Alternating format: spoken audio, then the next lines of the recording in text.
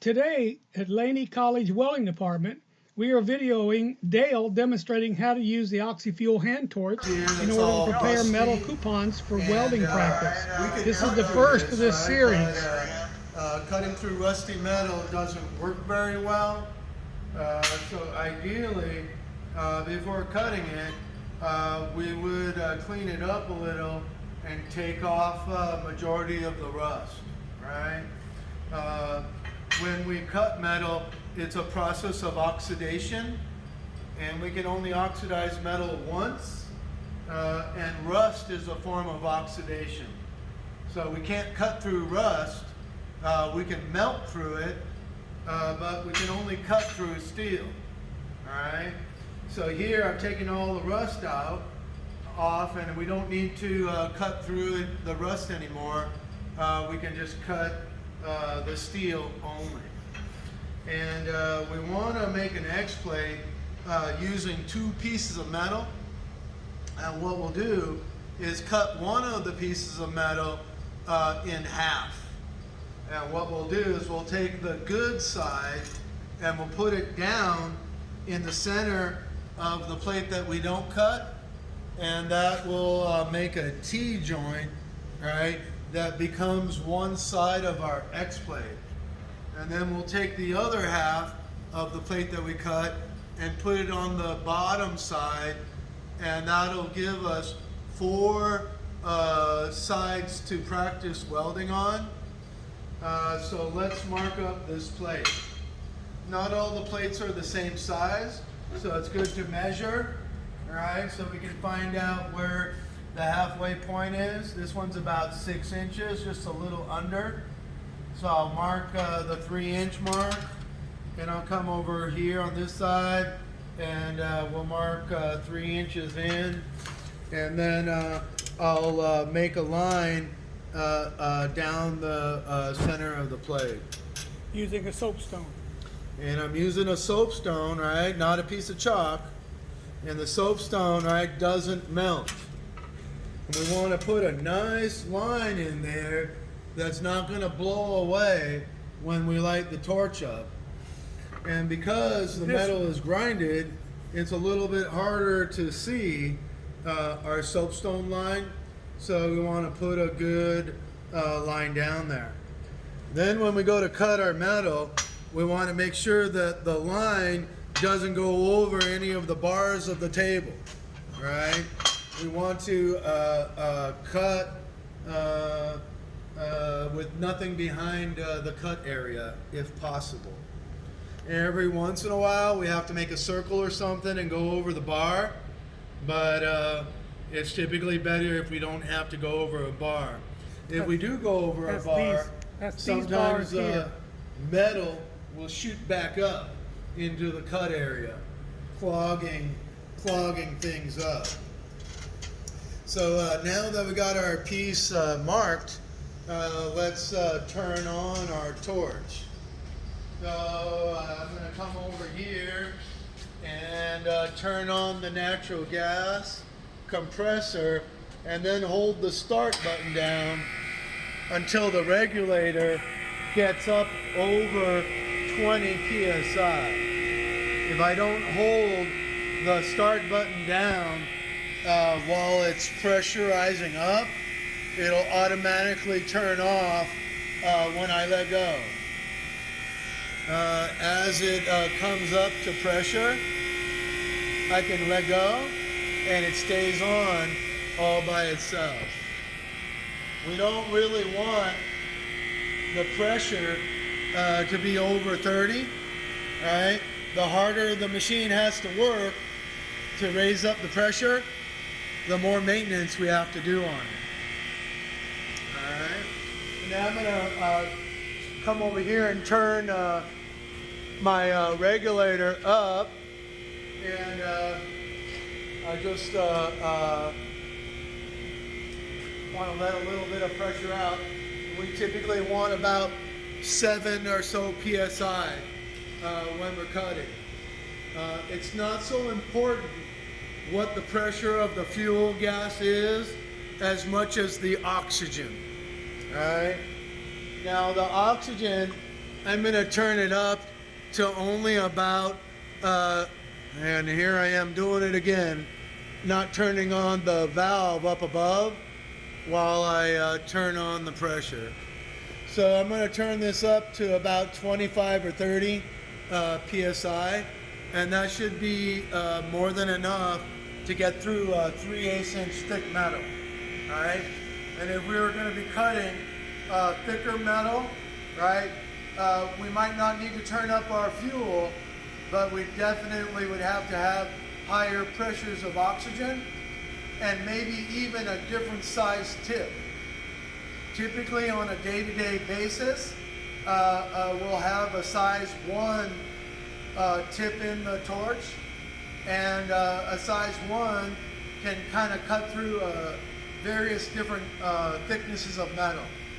It's not really good for cutting sheet metal, and it's not really good for cutting metal, let's say over 1 inch thick, but for 3/8, that's plenty good. Now that we got our torch lit, I'm going to grab our torch off the hanger and pull our hoses down off of the hook. And I'll kind of bring this around behind me and get this ready for cutting. When we cut, we want to have a shade, typically 4 when we're cutting. Sometimes people will use a shade 3. I believe that this is shade 4. I can see right here on the side. And so this will be good for cutting. Let me grab my gloves and we can light up the torch. Okay, we're rolling again. All right. So I got a pair of gloves, not a very heavy pair of gloves, because we want to be able to use our hand. If we have too thick and heavy a pair of gloves on, typically it'll make it harder for us to make good quality cuts when we're doing it. All right. So here I have a very special torch.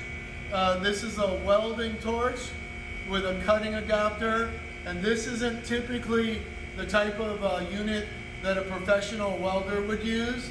They would use a one-piece cutting torch. Right? This torch, we can take the top off and we can use it for soldering and brazing and welding, and then we put this part on and we can use it for cutting. Because it's a welding torch, we have an extra valve down here for the oxygen. And when we go to cut, we want to make sure that this valve down on the bottom is opened up all the way. Right? When we open up this valve, then we do all the oxygen control up above. We do the acetylene down below, just like with the welding torch, but all the oxygen is up above. This valve here is for adjusting the flame, right, with the oxygen, and then this is our cutting jet lever, right? Every time we squeeze this lever, the oxygen gushes out, and so we don't want to squeeze this lever unless we're cutting or we're checking the flame of the torch to make sure that it's adjusted properly. All right. So let's start out by lighting up our torch, and I can see that I have a tip on here that's made for natural gas. Right.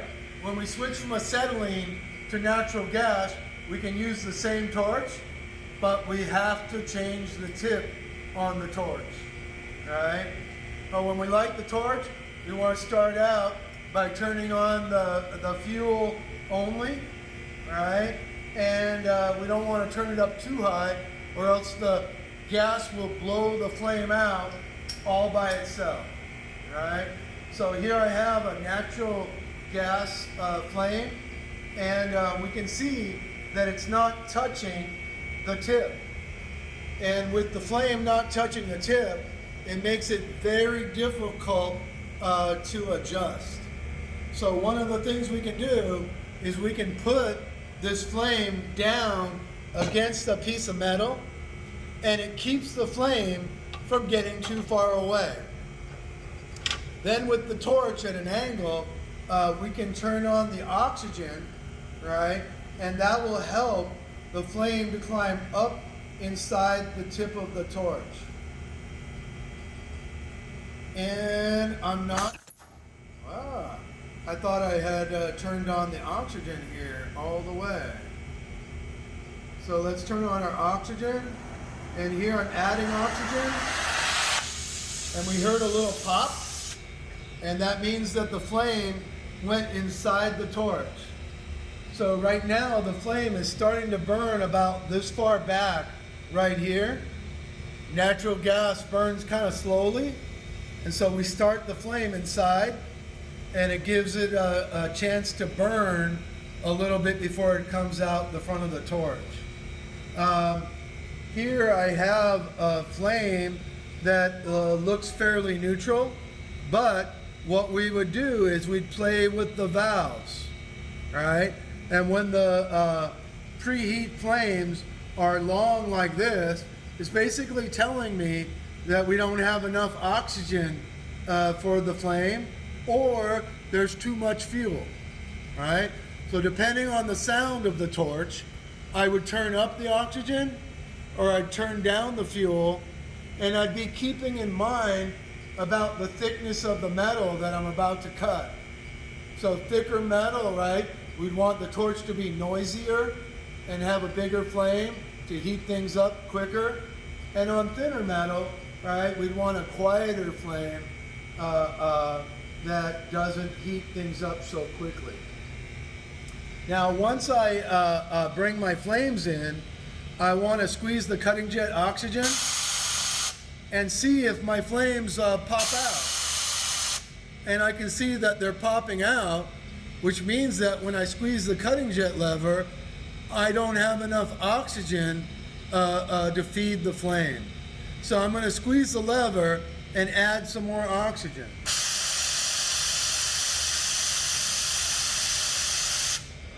And so I shorten down those flames so that it'll be neutral when I'm cutting. But now that I let go of the lever, right, I have a little bit of an oxidizing flame, right? Now some torches will have 3 hoses connected to them, and those whole types of torches, we don't have to do this balancing act between the flame oxygen and the cutting oxygen. But with a typical handheld torch, we only have 2 hoses, and we have to do this balancing act, right? So now I'm ready to preheat the metal, and what I want to do is go across my cut line without cutting, and see if I can do it smoothly and steadily. And what I typically want to do is get my arm on the table underneath the torch. I don't want to be out on the side. I want to kind of be under the torch while I'm cutting. And we can move the torch across our line and see if we can do that without sliding our hand on the table. So I'm just rocking my arm on the table back and forth. And as I do it, I'm getting a lot of water building up on the plate. And this water is coming from the flame. And typically I like to heat up the plate to at least where there's no water condensating on the metal. All right. So it's winter time, right? And the metal's a little bit colder than in the summer. All right. So I can see that the plate is staying a lot drier now. Since clip 1. And go on to the next clip. Pretty good moving.